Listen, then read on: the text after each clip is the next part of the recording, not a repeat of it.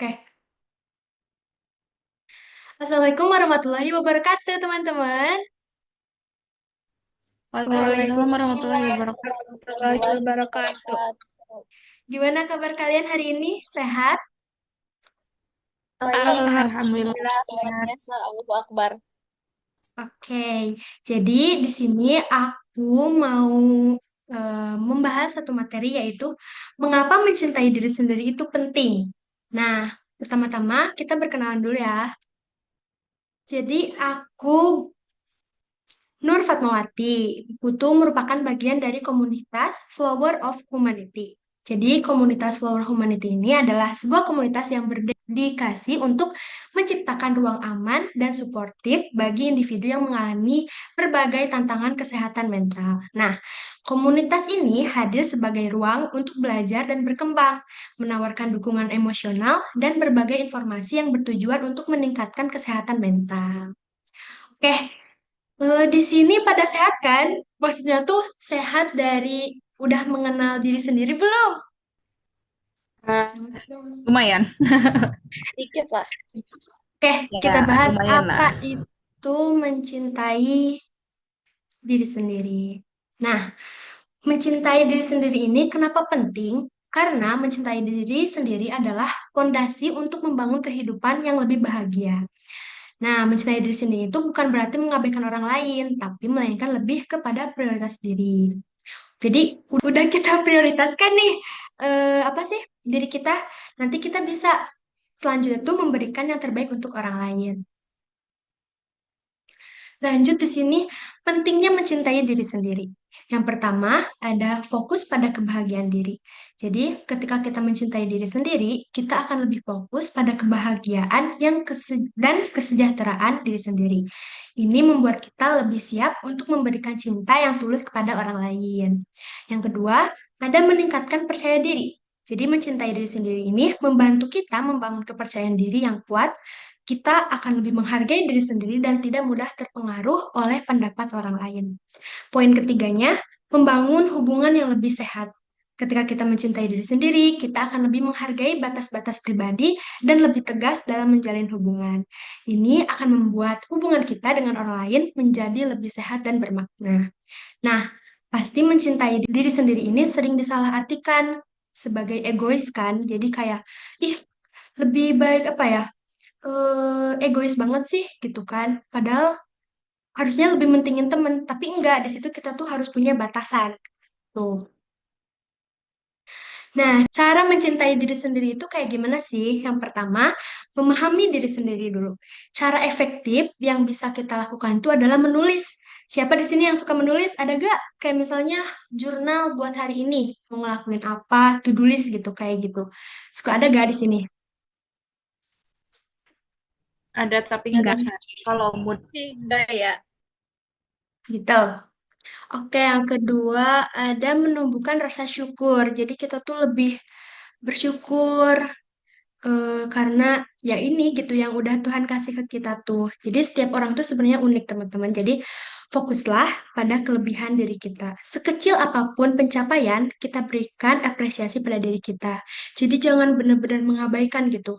Walaupun itu eh, nggak puas dari diri kita, tapi karena kita udah bisa melakukannya lebih, jadi kita bisa harus bersyukur. Yang ketiga, menjaga batasan sama halnya kayak tadi. Jadi kita berani buat berapa ya, mengatakan tidak. Jadi kita menjaga kesehatan mental kita dan emosional. Tidak perlu selalu berusaha menyenangkan semua orang. Siapa di sini masih suka gak enakan? Cung, aku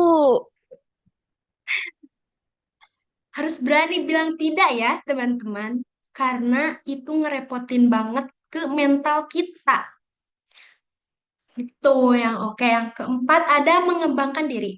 Mencoba hal baru dan keluar dari zona nyaman. Dengan konsisten dan berani, kita bisa mencapai tujuan kita. Intinya, pengembangan diri adalah investasi jangka panjang yang memberikan banyak manfaat. Kayak gitu teman-teman cara mencintai diri sendiri. Udah ada yang paham belum? Masih ada yang kurang paham? paham. Nah, ada manfaat mencintai diri sendiri. Jadi kayak siapa tahu ada yang belum tahu gitu ya, manfaat mencintai diri sendiri itu kayak gimana. Jadi yang pertama ada menerima kekurangan diri. Jadi di sini tuh menerima kekurangan itu karena setiap manusia itu nggak sempurna gitu. Dan belajarlah untuk menerima kekurangan diri. Misalnya kayak perasaan kita tuh kayak, ya aku kan misalnya jerawatan nih. Terus ngelihat orang pada mulus kayak, kenapa ya aku jerawatan? Tapi kan hal itu tuh kita punya kelebihan lagi gitu selain di wajah kita gitu. Yang kedua, lebih percaya diri dan tidak mudah terpengaruhi oleh pendapat orang lain.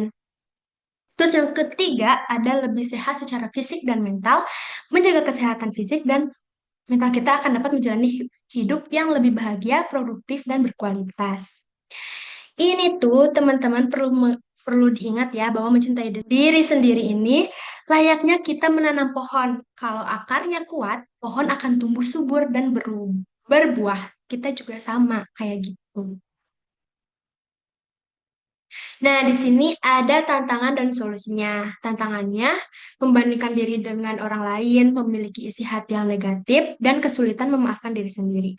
Ada solusinya juga, kita bisa fokus pada kekuatan diri sendiri, ganti pikiran negatif dengan positif, dan cari dukungan dari orang terdekat. Kayak gitu. Dari solusi ini tuh sebenarnya emang gak ada yang instan ya teman-teman, tapi kalau kita konsisten melakukan hal-hal positif, kita bisa mencintai diri sendiri dan kenal sama diri sendiri. Oke, kesimpulannya adalah mencintai diri sendiri adalah kunci kebahagiaan.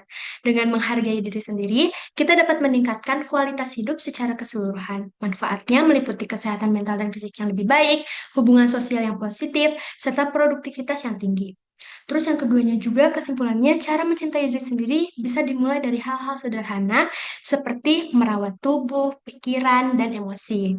Dengan mempraktikkan self-compassion, menetapkan batasan, dan mengejar minat kita, dapat membangun hubungan yang lebih baik dengan diri sendiri. Ingat, mencintai diri sendiri adalah perjalanan yang berkelanjutan. Nah, dari sini tuh kita bisa mulai dari langkah kecil dan rasakan perubahan-perubahan positif dalam diri kita. Gitu teman-teman. Nah, itu tadi teman-teman materi yang bisa aku sampaikan. Kalau mau ada yang nanya, boleh. Aku apa ya, satu pertanyaan aja. Ada yang mau bertanya? Aku mau nanya dong. Boleh. Aku mau nanya apa yang dimaksudkan sama si self compassion tadi itu. Compassion atau compassion aku nggak tahu, tapi ya Ya. itu artinya apa? Jadi, self compassion ini tuh adalah sikap terbuka dan tergeraknya hati gitu. Jadi, kita tuh terbuka sama diri sendiri.